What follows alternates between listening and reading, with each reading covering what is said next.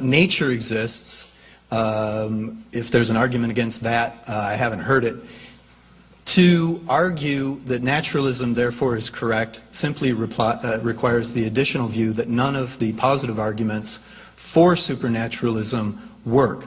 To declare that supernaturalism cannot be proven false is in itself not a positive argument for supernaturalism. Now, Dr. Shook, from those two premises that nature exists and that there is no bridge to a supernatural reality, do you really think that it follows that nature is all there is?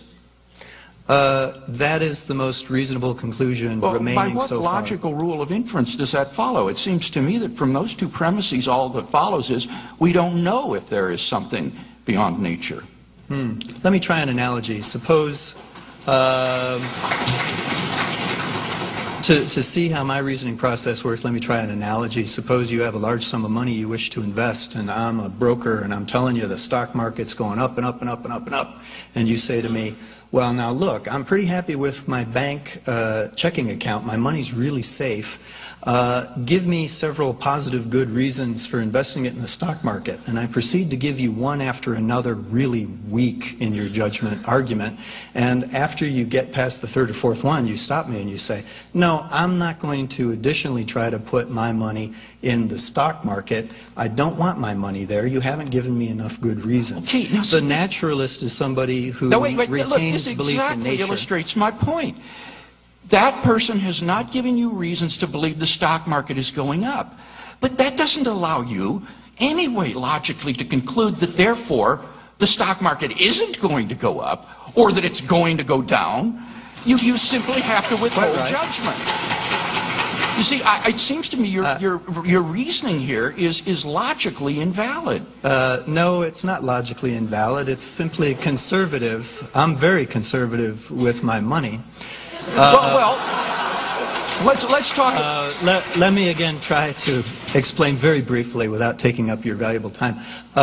Look, suppose your stockbroker said, well, why are you so hesitant to invest money in the stock market? After all, you can't prove that the stock market won't go up. Should you say, well, come a day, I'm getting rich. I can't prove the stock market isn't going up. I'm going to get rich. Come on, now, look, Dr. Shook. That's unwise Dr. reasoning, Shook, please, let's be serious.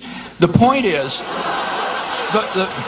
the point is, I assure you, I'm serious about money. From the lack of evidence that the market will go up, it does not follow that therefore the market will not go up. But it doesn't follow that it's going to go down. I agree with that point entirely. And yet naturalism is the view that there is nothing beyond the physical world on your definition, and you admit you cannot prove that by reason, science, and experience. You're manipulating words.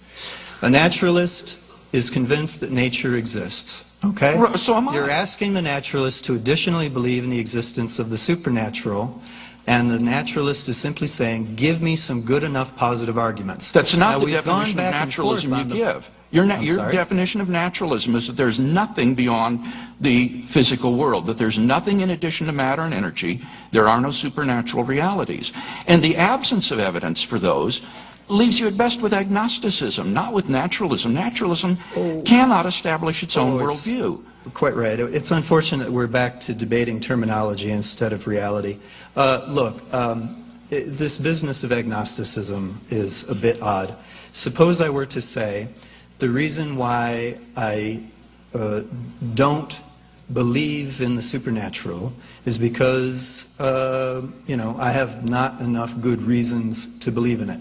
Now, does this make me an agnostic or an atheist? In a weird sort of way, I'm both. They're not necessarily mutually exclusive terms.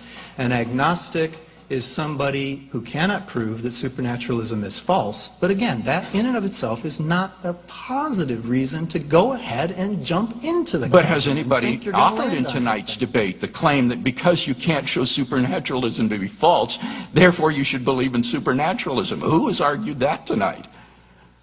Well, nobody. I've given five positive arguments for supernaturalism, and we've not heard any positive arguments for naturalism. All you have said is that my arguments fail, but that doesn't serve to establish that that the material world is the only reality there is. There could be something beyond it. There could be something beyond it, and I've already All told right. you it might be more nature. For all you know or anybody That's knows, self-contradictory. I don't need the If supernatural. it's more nature, it's not beyond it. Right?